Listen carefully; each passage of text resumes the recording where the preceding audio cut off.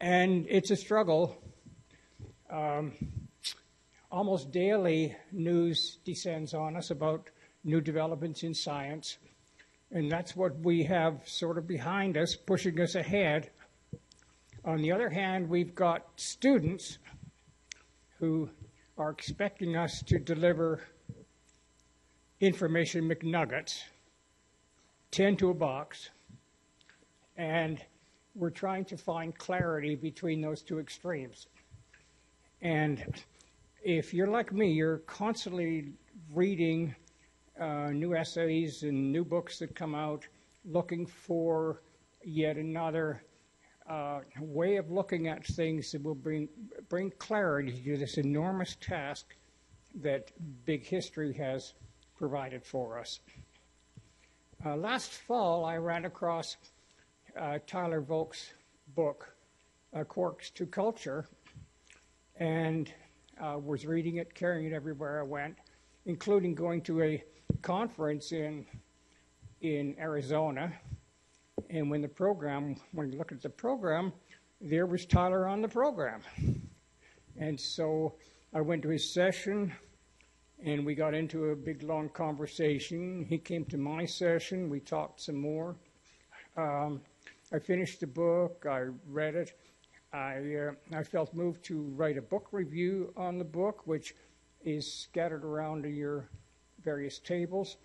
And there's more copies over there with his books, which you should look at, his 4 books. Tyler, I think, with this book has really added another way of looking at the understructure of big history.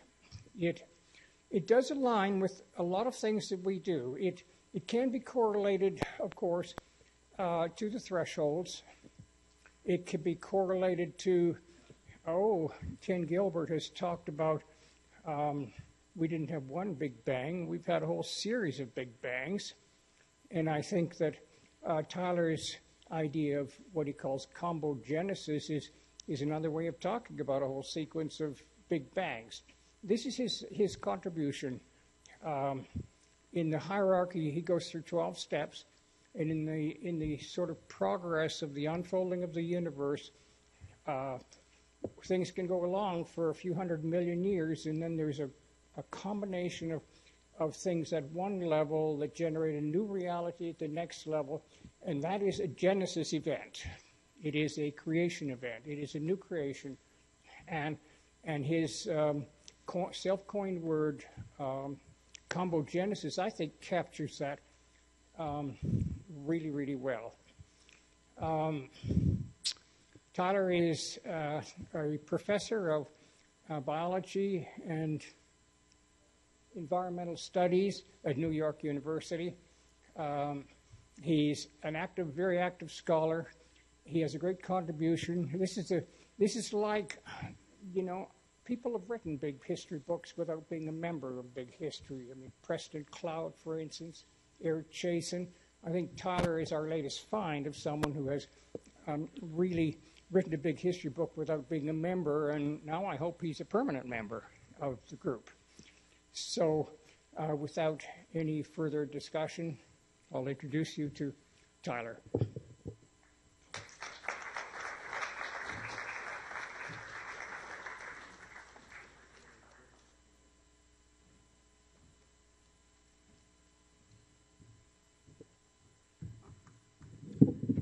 As I'm getting set up for a few minutes, I wonder if you could, on your tables, find a handout. I decided to make a one-page handout of some of the figures I'll show tonight and some of the words that you could refer to, because as I move on, you might want to be looking at part of it, but it's not meant to look at it the whole time. And this is actually thanks to Barry Wood's suggestion to maybe supply a handout. So if you could, and if you don't have one enough on your table, if you raise your hand, you will get one. Looks like there's enough. Okay, and let's see what happens as I go to presenter tools here. All right. There. Let me just see if my pointer works. Yes. And let me get my arrow out of the way.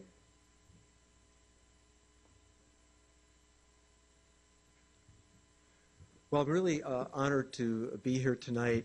I thank the organizers, Lucy tremendously, Lowell for his interest. I'll have some more acknowledgements at the end of the talk. My plan is to, well, with Lucy, we decided I would speak for about 40 minutes and allowing 20 minutes for discussion and questions and answers at the end. I hope to speak for about 30 minutes on the model I've been developing and compare it to some of the big history work, and then 10 minutes at the end to apply some of this to the thinking about the future. Thinking about this talk, there's a couple different approaches. One would be an inspirational side of big history and inspiring that. Fortunately, that's been really taken care of to an A+ level already, because what I get more comfortable about is the technical side. Sometimes I feel it doesn't work so well in a 40-minute talk myself to be inspirational. Give me some students for a semester, I think they get inspired. So I felt my role here tonight is to do service to the big history community and to point out the exciting directions, part of what I'm doing, but what others are really doing. And I discovered as I did preparatory reading for this talk, in finding principles of big history, treating it not just as a narrative that has to be interesting and engage people, but has principles or patterns that don't just occur as a one-off, but repeat in some sort of way. That's really what I'm into. I have been teaching for about 18 years at New York University a course called Lessons from the Biosphere to about 120 students a semester. And in that, 1/3 of the course does go from cosmos up to, well, I end often at cave paintings. So the writing was on the wall then for what's coming up with human beings at that point. So in a way, I've been doing big history, and I was aware of the community, but not so until I was reading the books of David and Lowell and Fred Speyer, Jack Pierce. These are the things I've read recently, Eric Chazen, to really catch up with what's been going on with some of the theory. I didn't realize that there was a side that was very profound getting into the principles. So let me start off with a quote from Lowell from his 2017 paper that I think is really absolutely necessary reading for everybody. One of the great human achievements has been the development of an evidence-based account of the entire known past that has moved through stages from the Big Bang till today. I agree with that fully. It's a great human achievement, and I just want to focus a bit on the word stages, because now that's implying a certain kind of structure to it. And we could either treat stages as something that our minds make, that we do chapters of books or days of creation or the sons of the Aztecs, various ways of conceptualizing the universe. And we do see day and night, we see seasons, we see great transformative events. Just, I say we, I'm talking about people from age immemorial. But looking at stages of big history, well, there are, that's a theme. You could treat that as a technical proposal, as a challenge to try to find out what these stages are. And I'm going to show you certain ones that I came up with, not to be big history, but from a certain kind of logic I was following today. But I also got interested in what were the themes in some of the literature I was reading that I just told you about. So, for example, I found words like pattern, eras, epochs, correlation, chance and necessity as a theme I'm seeing in some of the theoretical literature. I'll call it theoretical literature. Energy flux, time, relationship, emergence, differentiation, increase in complexity, activation energy, innovation. And then one I particularly like, I'll make a few comments later, the Goldilocks environments or Goldilocks circumstances. I think this is a really cool principle or theme. And I'm not sure whether, what word I should use, principle or theme, but I'm going to use a pattern as well. So let me tell you how I'm going to structure this talk. I'm going to make some promises to you of what I'm going to cover.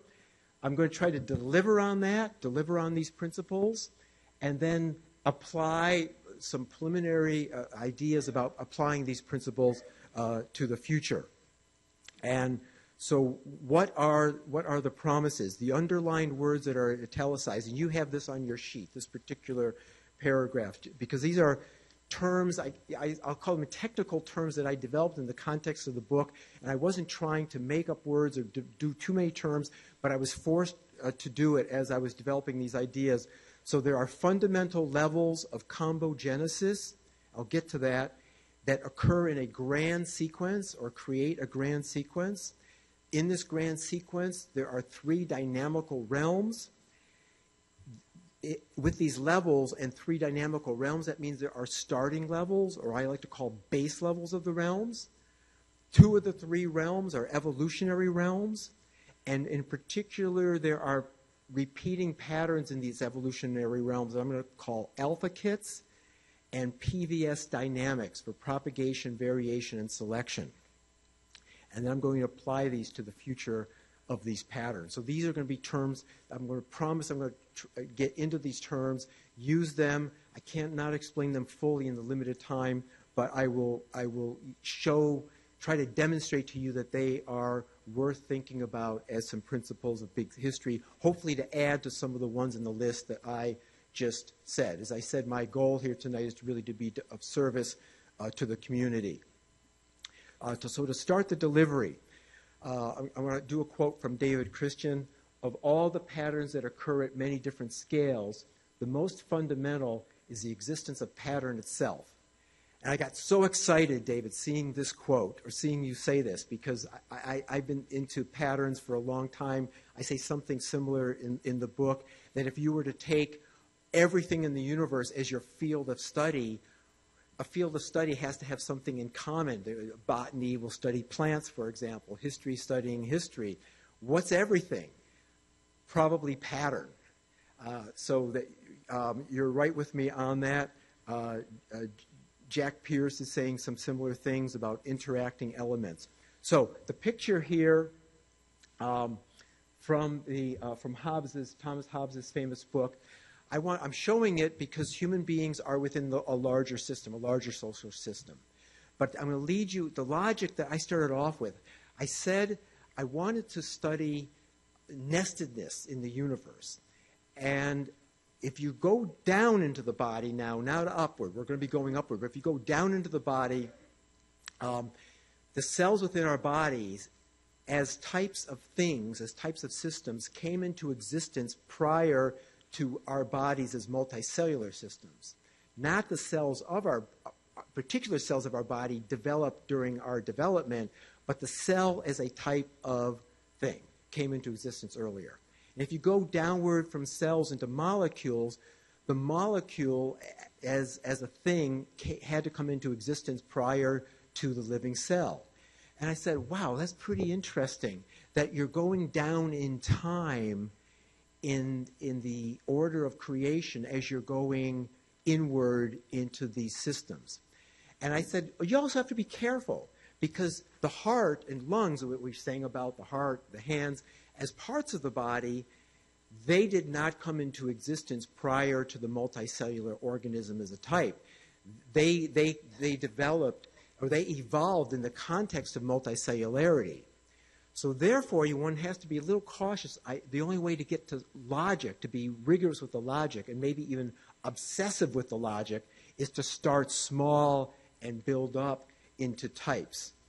And I found I needed a word for this because in the major transitions of evolution, they're not dealing with physics and chemistry, and I wanted to deal with physics and chemistry because you can see the same pattern there. And I also wanted to move upwards, and I decided to coin the word ComboGenesis the genesis of new things with new relations by combination and integration. However, I do restrict this term to a sequence of similar events that led to us, that are inside our bodies, and that we are then inside. So you could say, well, this could be ComboGenesis would be toast and butter, or ComboGenesis would be stars. And that's toast and butter and stars are very important, but I'm just restricting the term to a particularly kind of a core lineage, or maybe a core cavalcade. I like your term cavalcade as well. And this creates a grand sequence. I want to start with the simplest things in the universe, come up to the multicellular body of the animal, and that we are then within, as shown in this diagram. And then other things in the universe are contexts or part of these Goldilocks environments or Goldilocks circumstances for forming this. But as I'm thinking about this more, I do see this as kind of a core sequence. Maybe it's a little bit anthropocentric because it's sort of thinking about us, but we are inherently interested in us, and we are particularly complex, both as people and as a society. So just to show you, there's several ways of diagramming this. Origin of the atom had to precede the origin of the molecule, had to precede the origin of the cell, and had to precede the origin of the animal. And so as circles within circles, systems within systems, or just simply concentric layers. You need concentric layers when you get more complicated, because otherwise just following the diagram gets too complicated. And to emphasize to you, this is laying out the logic, okay? It's not mathematical. It's taking what the different disciplines are saying. I'm not trying to get mystical, like what is a thing, or how do we know what something is. Take the best science in the disciplines, but saying level one, the things on level one merge and form level two. They become things that interact, merge and become things on level three. They interact, become level four, and you're going in these steps. Now there is downward, there's continual changes. So many of the molecules that exist in the universe, in fact, most of them exist only inside living cells. So there can be changes that happen as these systems form downward, but I'm interested in first types. And this, if you follow the logic, I'm not going to step through every one because I want to get to some of the themes that come out of this analysis. But I just go back for a second. There's new relations that happen in the formation of these things. I contrast it, for example, with gravity. If it's just forming bigger things, you just get bigger gravity. This grand sequence means that there are new relations happening, and so at the level of the molecule, for example, something came into existence in terms of relationships that atoms did not have, so that atoms could not have directly led to prokaryotic cells. And we know the eukaryotic cell needed the prokaryotic cell, at least on our Earth, to evolve. And so these 12, one can trace first origins of all these and find that they occur in a sequence. Now, I'm not saying that there are only 12. There could be, especially going from molecules to we could have a discussion why I go from molecules to the prokaryotic cell, because there's probably some in-between steps. But we don't really know those yet. So I'm willing to hold off on what's not known. I'm not trying to make a new theory of the origin of life or anything. I'm just trying to see what the basic logic is to this sequence of types of things that came into existence and in our, at least in our universe, sequentially to form us. And I'm going to make a few remarks, though, about tribal metagroups, agro-villages, and geopolitical states, because I think when we get to the human level, it's particularly, well, it's obviously particularly interesting. The hunter-gatherers, I'm calling them tribal metagroups or metagroups. The terms, I'm going to go back to this in a second, but the terms in anthropology, and Fred Speyer in his book said he has to get experts reviewing different chapters, and I did the same. I had physicists review my chapter on the Standard Model, and eukaryotic cell specialists review my chapter on the eukaryotic cell. Even though I have an interdisciplinary bent and I studied the global carbon cycle professionally, and it got me into physics, chemistry, biology, and energy systems, I still didn't feel I could do justice to the hunter-gatherer. But there were terms floating out there such as metagroup, hypersociality, ultrasocial, megabands, type 2 superbrain, we intentionality, which describes the human level, which some people would say, well, it's a social level, and it is a social level, and in that way it's like a super wolf pack or an ant colony or a herd, whatever. But if you follow the level of ComboGenesis and you say animal social groups are a structure, the next step after that would be groups of groups. And what is a group of a group? It sounds like just something bigger, just a bigger group. But wow, that's where culture came in. According to the anthropologists studying hunter-gatherer societies, people are networked in larger than their daily group. They're networked into groups, literally groups of groups that spread across the landscape. And there's two main phenomena that are necessary to maintain the integrity of those groups of groups across the landscape. One is language and one is material culture. Because the material culture gives people ability to carve necklaces and recognize certain tribal patterns even though they don't see those people on a daily basis. And language gives them the ability to talk about some relative that has not been seen for a long time. I was happy reading some of Lowell's work. You've been pointing this out, Lowell, about kinship groups and demanding of exchanges. And David, you've also been talking about, you were looking at the Ice Age mammoth bone domes and how the similarity across large geographical range implies that there was something bigger going on than the daily group that people were seeing with each other because people were traveling around. And this is the origin. Well, I correlate this with the origin of culture. I'm not trying to say exactly when it happened. These thresholds are not instantaneous. There's time periods that develop. And then when we go to agriculture, well, humans, we are bringing stuff in all the time. We're bringing a rock in and carving it. Now it's part of our society. But agriculture, as the other big history theoreticians have been saying, is like a mega innovation. It's really, really major. And what's the essence of agriculture? Bringing plants and animals into the system, into our life support system. It's been correctly pointed out in my viewpoint, the essence is energy control. Energy of the solar energy is coming into the crops and then coming into the animals.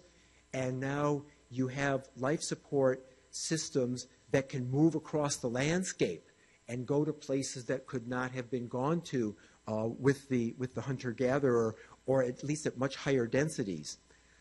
And this then throws these nodes into more dense and then more of the nodes across the landscape. There are always advantages to getting larger. David likes to call it mobilization. I think you use that term, the push toward mobilization. If you can mobilize large numbers of people, that's a certain kind of power. And what seems to have happened is that when agriculture came in, eventually there was the geopolitical state that got innovative, and people in big history have been saying how it's very similar across the landscape, large buildings, roadways, writing, trade.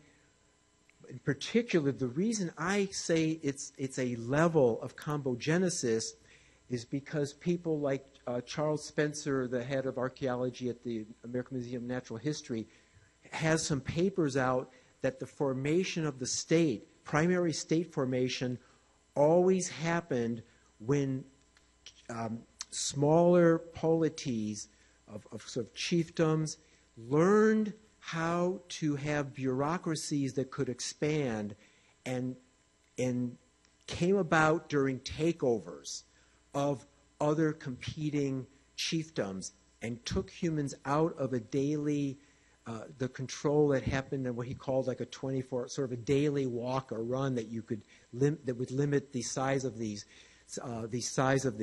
It's also been called the specialization of sanction and the capability to expand indefinitely. There are environmental limits.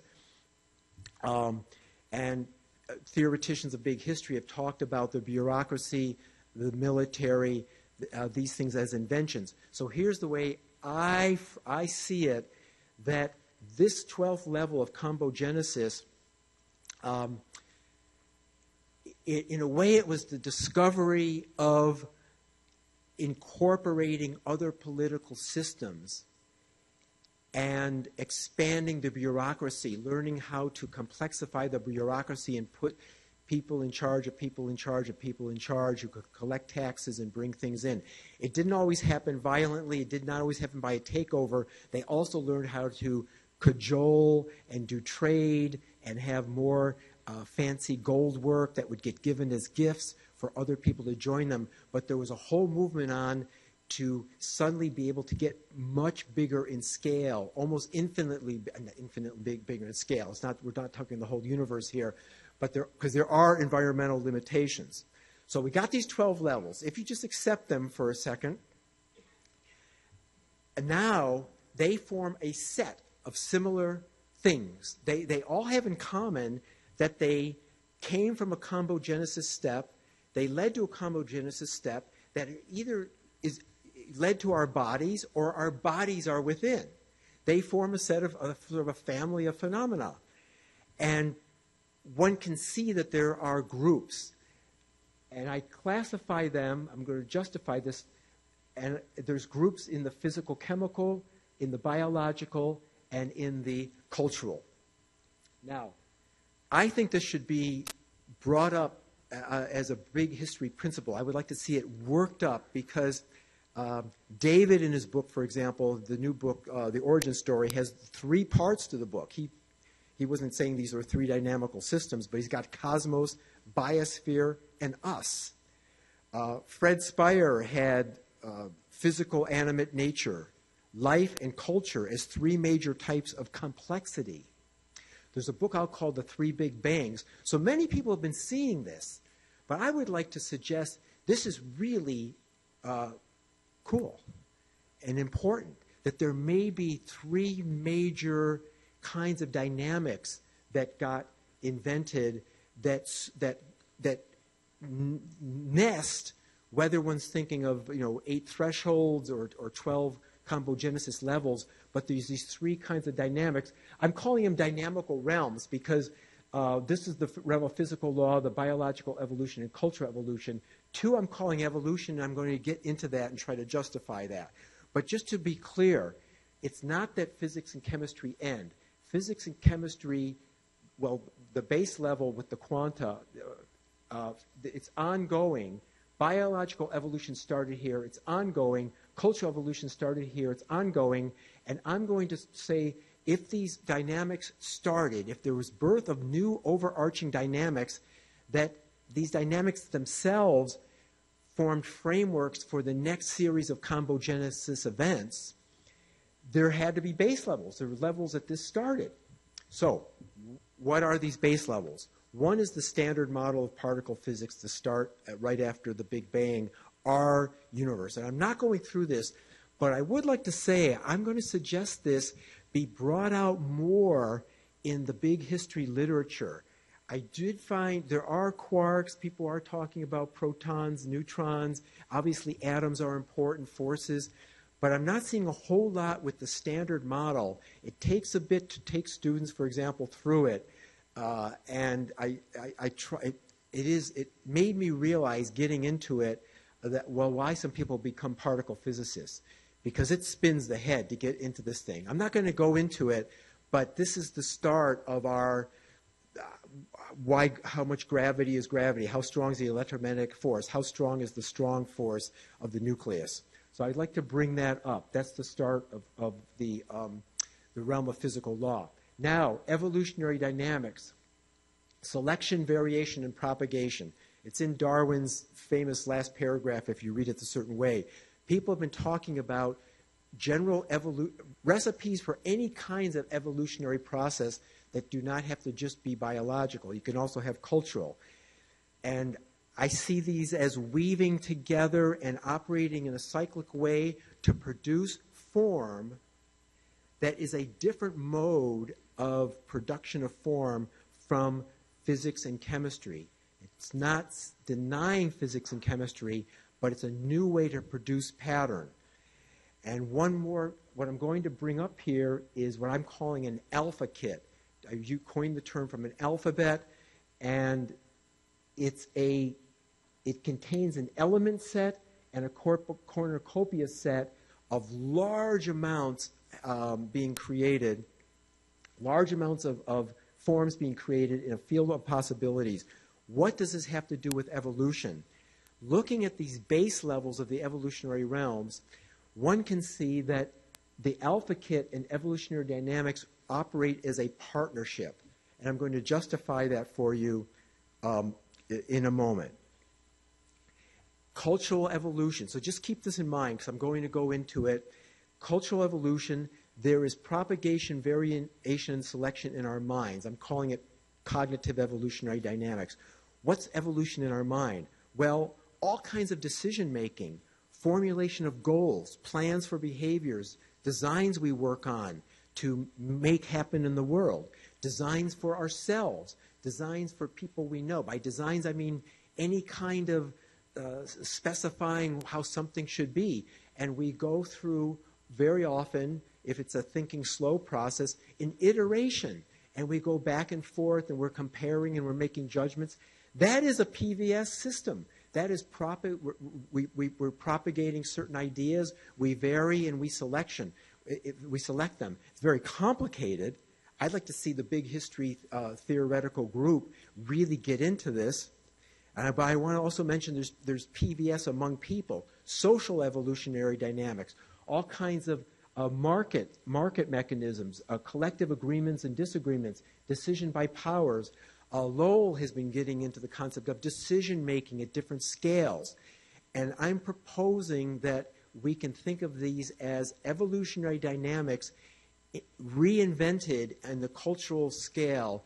And there's a whole bunch of people out there doing, I'm not going through them, doing cultural evolution, proposing it, that I review in the book. So here's how the alpha kits and the PVS dynamics work together.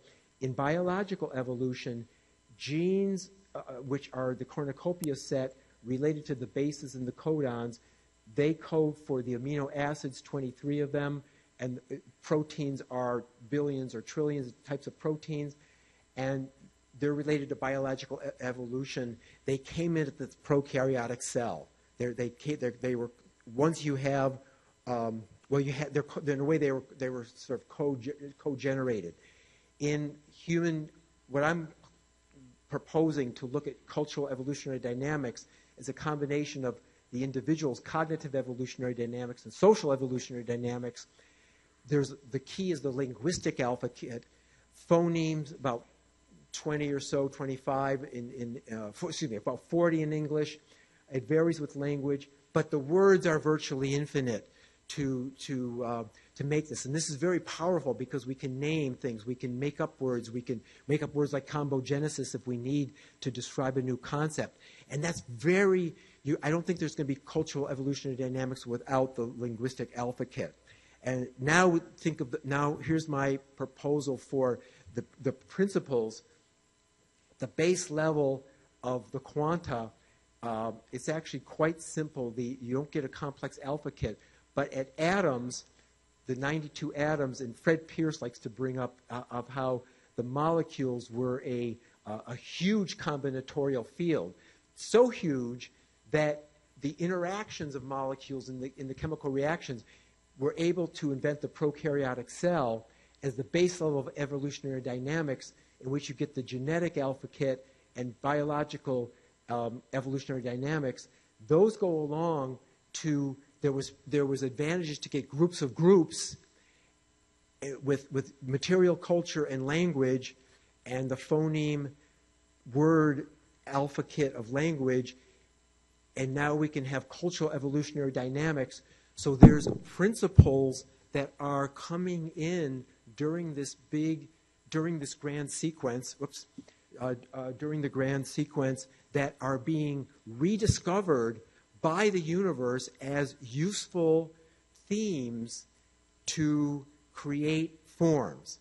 And you have this on your sheet. I'm not going to go through this, but I also go into how these evolutionary dynamics are so powerful and so unique.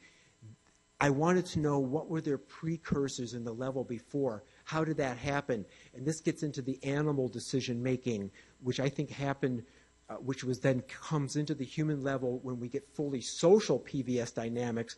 But the earlier was in the animal brain of some of the animal systems, and then. Okay, I'm going to skip over this. I want to say a few words about Goldilocks circumstances, then get a bit into the future. And you have some of these diagrams on your sheet. I think the Goldilocks circumstances are a really cool idea, really important idea in the big history theory. And the way I now like to see this, the way I think the 12 levels of ComboGenesis can help here is that when one level forms, the networks of those things, whether it's molecules or prokaryotic cells or the human metagroups or agrovillages, when those form, those networks become part of the, if it's successful, part of the Goldilocks circumstances for the next event of ComboGenesis.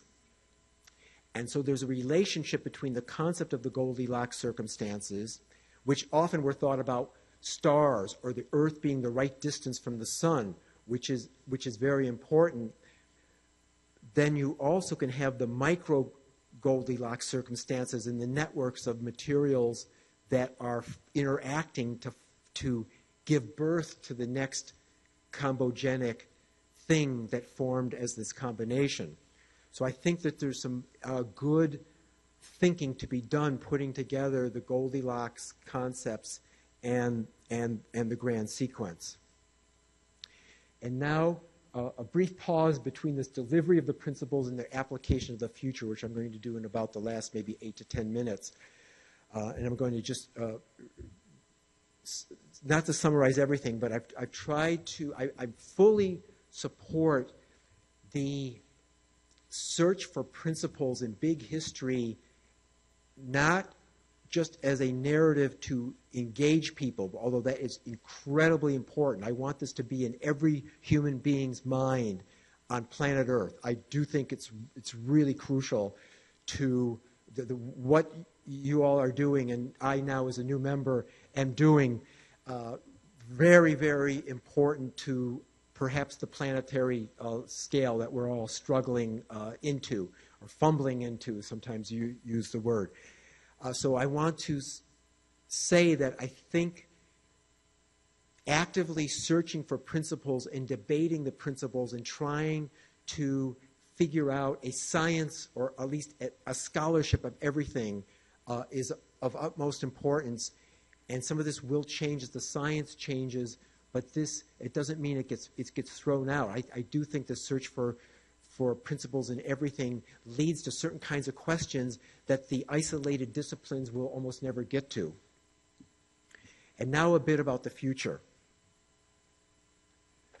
So if you follow the logic of the geopolitical state, and I have to lay some cards on the table here, I think that from the ancient states, maybe 5,000 years ago when they formed at different times, to the modern nation state, despite changes that have gone on, in my logic that I've tried to follow through, I'm trying to step out as a subject as much as possible once I set up the machinery of logic, I think for thousands of years, we have been on level 12 of the geopolitical state. The nature of the state has changed, but it's been on level 12, and a key thing is growth by acquisition and control. And if you think of the wars that have gone on only in recent hundreds of years, and in fact of World War I and World War II, there were still modalities of acquisition and control and expanding the bureaucracy and taking over territory that has a lineage that goes back all those thousands of years. But now we seem to be entering perhaps a new level of, well, I like to use the word planetization. Some use the word globalization, but that often has certain connotations of economics and political systems. You know, it might be better to stay away from globalization. We might say globalization is part of planetization, and there might be bad and good aspects to globalization, but planetization may be, may be a good thing. So I'm promoting that word as well. Now, people have been thinking about this in the big history theory of what are Goldilocks conditions forming now. People thinking about the United Nations, for example, as something that's prefiguring a future. So what do we have? I do think it would be, we can firmly say that, well, from my point of view, we can firmly say that what's happening now is an important threshold, and we could call it a level of ComboGenesis in which the nations are combining into something larger. Not just the nations, the things within the nations, such as human beings. We're part of that, and having big history in our mind is part of it. I'm going to get into the individual in the future, because that's something else I want to propose for the future of big history theory, is to really strongly get into thinking about the individual. So the nation, that means the nation state becomes a topic for big history. And it's in there, but I think to promote it as something strong that should be thought about, because it would be the entity that is combining at the neck. With the nations don't combine, there's not really planetization. You could have corporations do planetization. But this is where I'm not going to tell you answers. I don't have answers for this. I'm just proposing it as something really to focus on, which is the nation, if you follow the logic of the ComboGenesis grand sequence, which means there could be radical changes coming up, and maybe we need to stretch our imaginations more what the future of nations are going to be. Because the cells in our body are not the cells that were the original cells that combined to form the multicellular organism. And the nation, in the context of planetization, is not necessarily going to look like the nation that we currently have. And in fact, we're starting to see now the nations are not doing so much takeover. Really, there's starting to be respect of national boundaries, and that would be an indication to me of a new level forming, which means some of the bureaucratic apparatus that has been in place for thousands of years itself may need to be rethought in certain ways. So the nations is the main focus. Now, they are, I just want to make sure I get to these points because I'm just talking through these points. How can we improve some of this, let's say, looking at the nation? One is that we can use past examples from the evolutionary realms of how something that the biologists call conflict of interest across levels. And I have some of these terms in the last paragraph of the page of your second page, the overleaf. Conflict of interest across levels. So I'm going to propose that as another principle, and some of the theoreticians use this, that there's conflict of interest across levels. The biologists use this because when cells formed a multicellular organism, a lot of the cells in our bodies don't replicate into the next generation. And when prokaryotic cells form the eukaryotic cells, there could have been tension between those prokaryotic cell species to form the eukaryotic cell. The same when animals join social groups, there's competition that goes on. So there's this juxtaposition or interplay between competition and cooperation. So one thing we could do is look at how conflicts of interest across levels became coordination of interest across levels or cooperation of interest across levels, and use past examples in biology and in cultural evolution as ways to tease out themes that may help us think about nations and states and corporations and how various kinds of cooperation are happening. And some of the big history theoreticians that I mentioned that I said I was reading are doing that, but I'm suggesting this could be formalized more and to look at these. And as I looked at these events, there's two main things to think about. One is what I'm calling the architecture of coordination, the new kinds of governance or control structures that get set up. And the other part is what I'm calling the common interests or shared interests. So for our body, the shared interests come about because all the cells of our body have the same genome. And so it's easier to look at the evolution of multicellularity when all the cells have the same genome. And I think something like big history can help people have common or shared interests when there is a mental cognitive understanding of who we are in the same universe as the same species on the same planet. That is part of developing this shared common interest. And hats off to you, Lowell, for doing some of this and thinking about how this can help with let's say, racism issues and gender issues and political issues, how the knowledge of the deep commonalities can help with this. And that takes us into the individual. Because I said I want to see the individual know the big history on the big history story with these principles. Because I think the principles can help situate people not just in the narrative, but in the how various principles and dynamics came into being that we participate in as cognitive, what I like to call cognitive evolution, and being parts of social evolution, that we have to change our decision-making processes or keep what do we need to keep and what do we need to change. But the individual, now, here's a problem I see that I would like big history to think about. As we planetize, the individual gets buried, in a sense, one level farther down. We're not in this tribal meta-group of their daily small number of people that all know each other and then connected to relatives that we hear names about and we see visits from every couple years. And this causes, I think, a certain kind of existential tension going on in the world, getting buried. However, we need to keep a focus on the individual as a topic in big history. I support here E.O. Wilson's concept of thinking of the individual as in a way, a sacred thing. And we see it being threatened with issues of AI and the singularity, and certain people want to celebrate maybe the end of the human and the beginning of the great algorithms. Or if they don't celebrate it, they're also saying, watch out, it's coming. And in David's book, for example, and in Fred's book, you're juggling with these issues of which way is it going to go, which way is the individual going to go.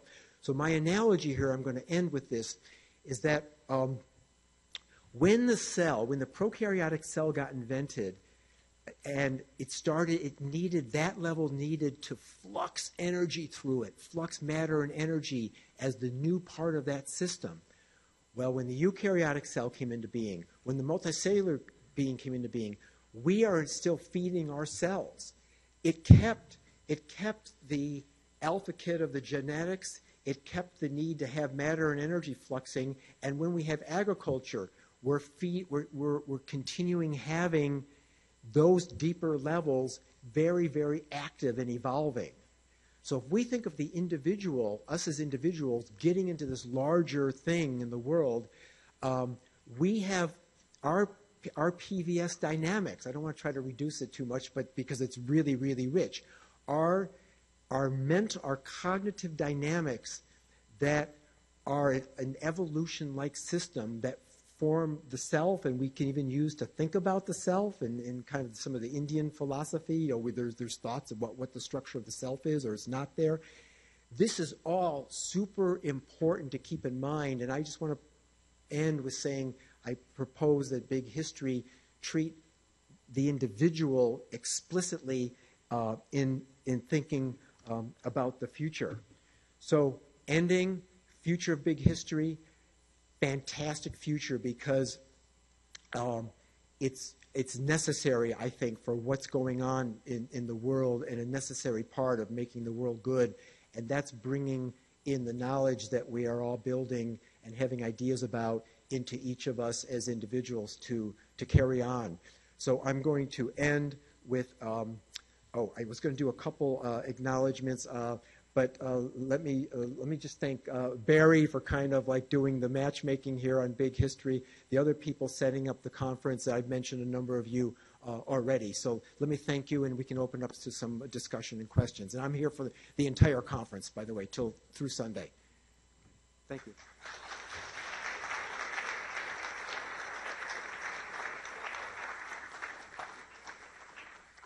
Yes.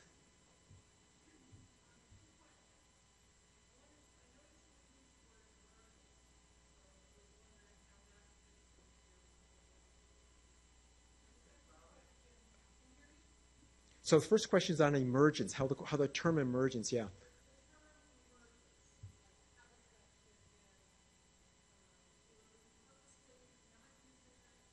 Yeah.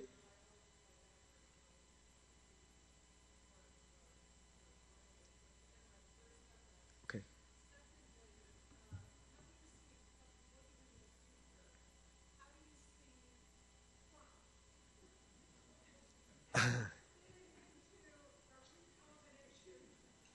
Okay.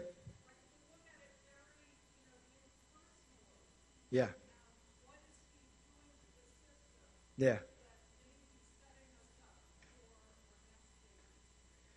Wow. Okay.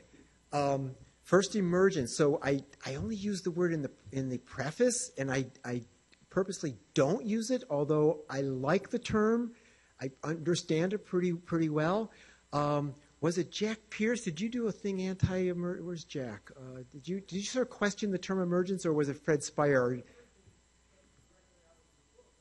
Yeah, it is emergence. So, but maybe it was Fred Speyer saying you get into emergence and it's sort of all over the place. I mean, what doesn't emerge? So I would say what I am doing is a subset of emergence. It's a particular lineage of emergence. I wished I had maybe made that a little bit clearer in the book in retrospect, but I didn't want to use emergence because it's just so all over the place. Is that okay for an answer? But I am doing emergence, but a really special but it's a subset, but I think a really vital subset. And then Trump. Well, I think that trying to pull back on planetization is ultimately not a good thing, and really is not going to work, for one thing, because there's just too much happening with knowledge and trade and the integration of the cultures and trading off with each other. So I think my interpretation of the current United States, a small subset of the United States people in power who are obviously very powerful, trying to set up the borders, for example, to harden the borders, is perfectly in keeping with the emergence of a new evolutionary level that is going to be trying to solve the conflicts of interests across the scales or across the levels, and that takes time, and there's going to be jockeying back and forth especially at the nation state, in which nations are not going to just give up sovereignty. There was a really famous dialogue between Einstein and some Russians when, after World War II, Einstein was part of the world peace movement, and that there should be a world government. And the Russians were saying, no, we just got attacked by Germany, and there's no way we're giving up our weapons to kind of a world government. I don't see that there would be a world government, by the way. I would say that if it was a world government that's like any of our current governments, it would not be a new level. It would just be level 12, now bigger, like sort of taken over. So that's why I said something more radical, thinking about nations. But I do want to say that I see this is probably 3 steps forward, 2 steps back as these systems are trying to evolve. And there's obviously individuals with different values and vested interests, and we have our own vested interests in what we would like to see happening. Is that enough of an answer for now? Okay. Okay, thank you. Here and then over here. And then at the back.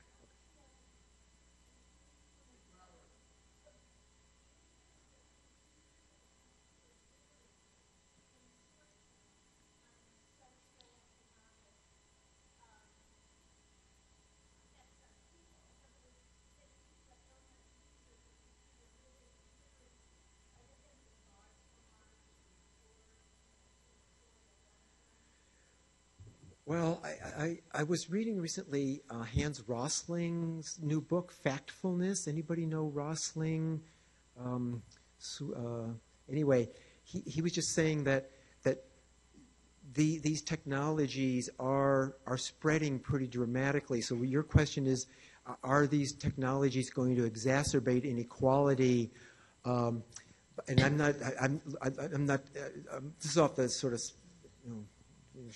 from the hip in a sense, because but my understanding is that the cell phones, for example, going around India and Africa and the poorer regions are really like helping farmers already, and they could make trades, and these things could be very, very inexpensive. So I think it's growing rapidly. I think it's a good thing. Although the AI, some of the face recognition, there's aspects of AI that bother me, that I think are threats to our individuality, and the conflict of interest across levels that could be taking away our decision making.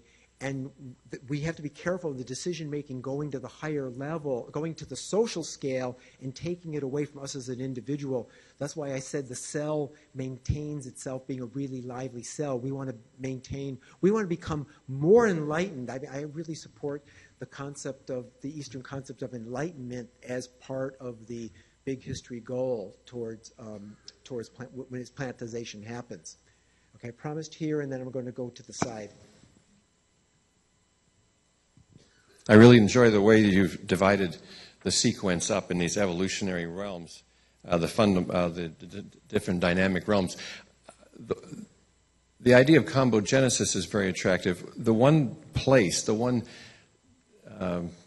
leap that is made that I'm most interested in your reflection on is from the realm of the physical law to the biological law. I have most of my students ask about that. What is it that combined, what was part of the Genesis project, that Genesis process that allowed molecules to go to prokaryotic cells? In 25 words or less. Yes, unfortunately, with the logic I was using, I didn't have to deal with that. I could say many feel that there is a chemical molecular origin to life. It does boggle the mind how that happened.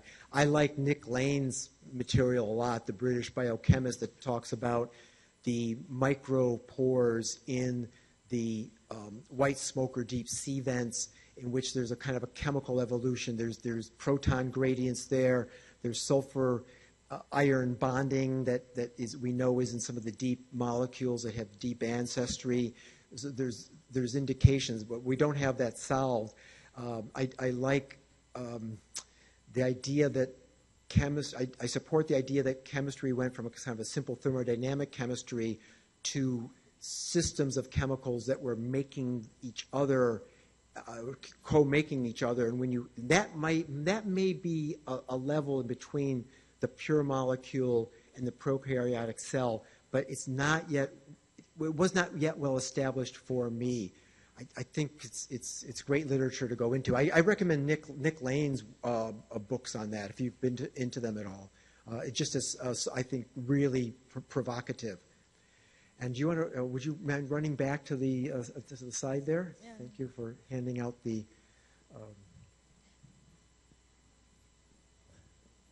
microphone. Thanks so much, Tyler, for your very fine remarks, and especially the enthusiasm and support that you bring to Big History. We all look forward to carrying on this conversation with the material you've introduced, and it's challenging. I read with real interest from Quarks to Culture, and my question is then, I wanted to draw you out a bit more on a gap or an area that I don't feel present in the book, and so I know it's there, and I'm trying to formulate a question to draw it out. And the question really is about the uni in universe, or the sense of a unity. I feel ComboGenesis is very focused on the local and on the nothing but, in that phrase, something more, emergence, something more from nothing but. And there's a cumulative character, but I don't feel the universe in that. You made the one passing remark today, available to the universe, you said, as if you were suggesting that in the dynamic levels and in the process, the flow of evolutionary activity, there was a universe at work. And you can see where my question is going then, and I'll just back off from it. Not yet. Yeah, where is it going? I'm looking for the unity or the cosmological character in ComboGenesis that's different from, but intimately bound up in ComboGenesis.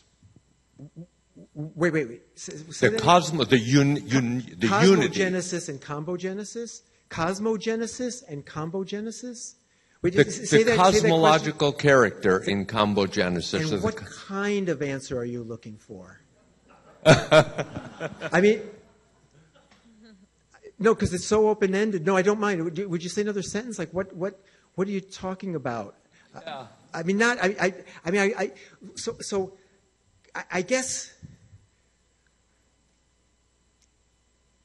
I am intrigued by the question of when these themes repeat, where do these themes exist?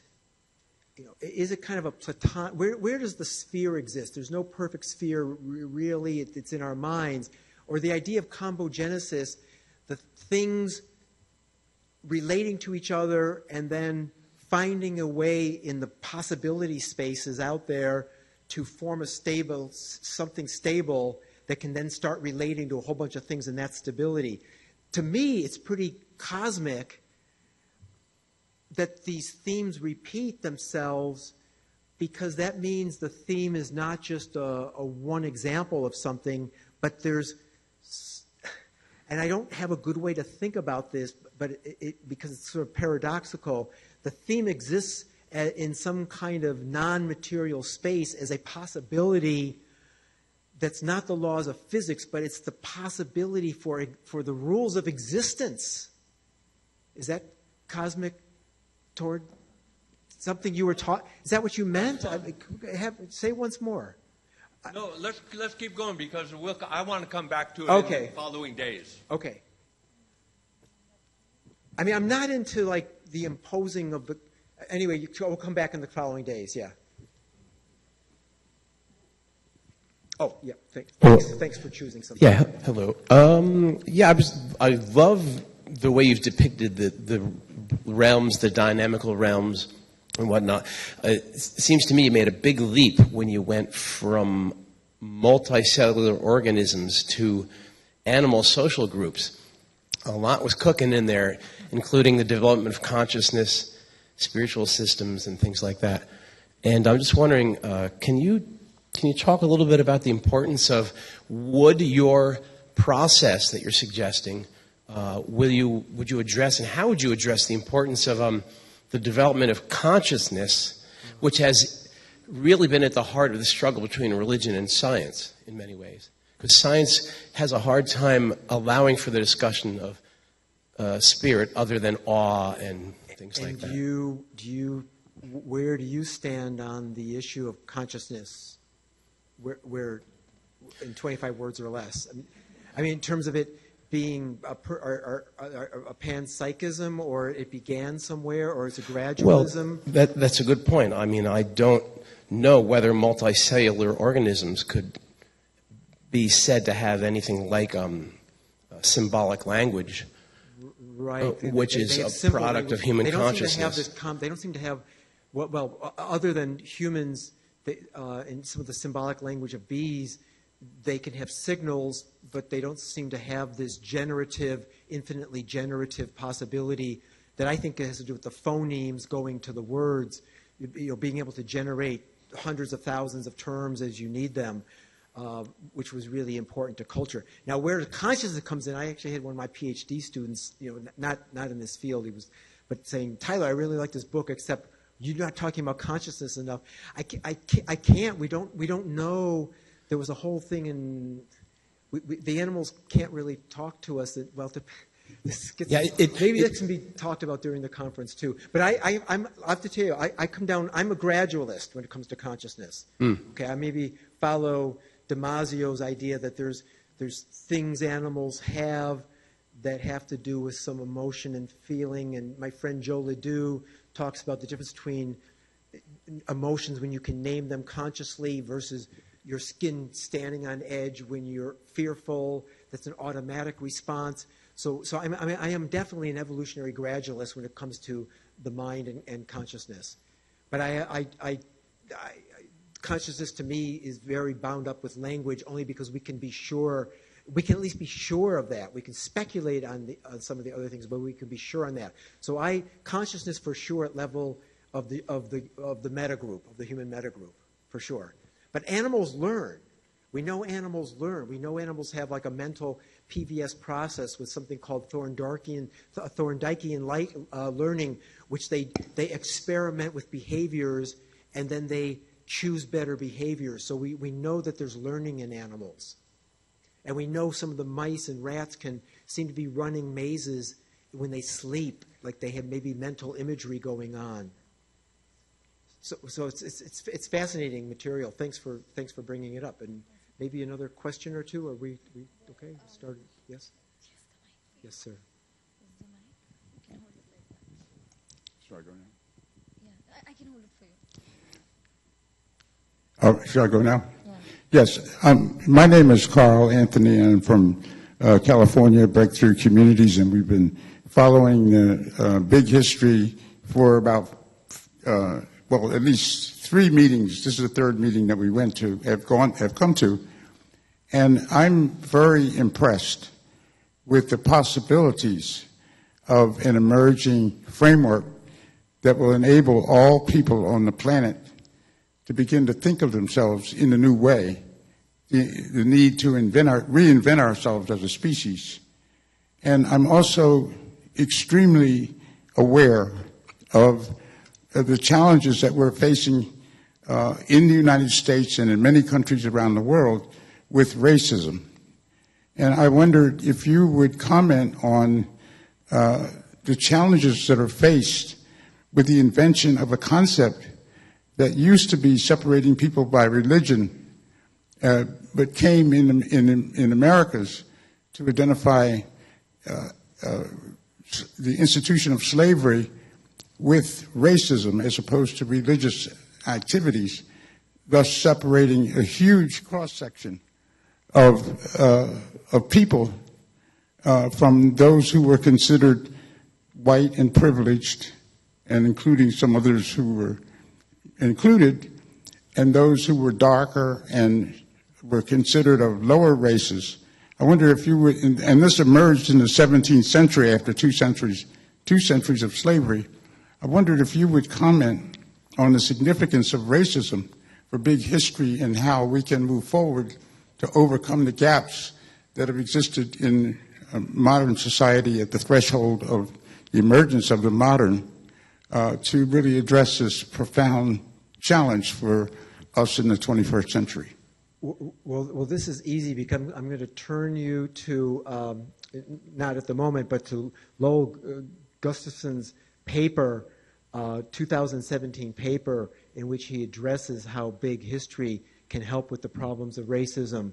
So I really highly recommend that paper and what he says. I very much support what he's doing in that paper. So I'm not going to say anything more myself, except I personally want the 7.4 billion people on the planet to feel as one united kind of like super consciousness, and in this together to make things prosperous. I'm trying to write a book now on global prosperity and heading us to a good life. So but I also want to thank you for your introductory remarks there about the importance of big history, and I want to emphasize that, how thrilling it is to be part of this community that's doing such really crucial work for the future.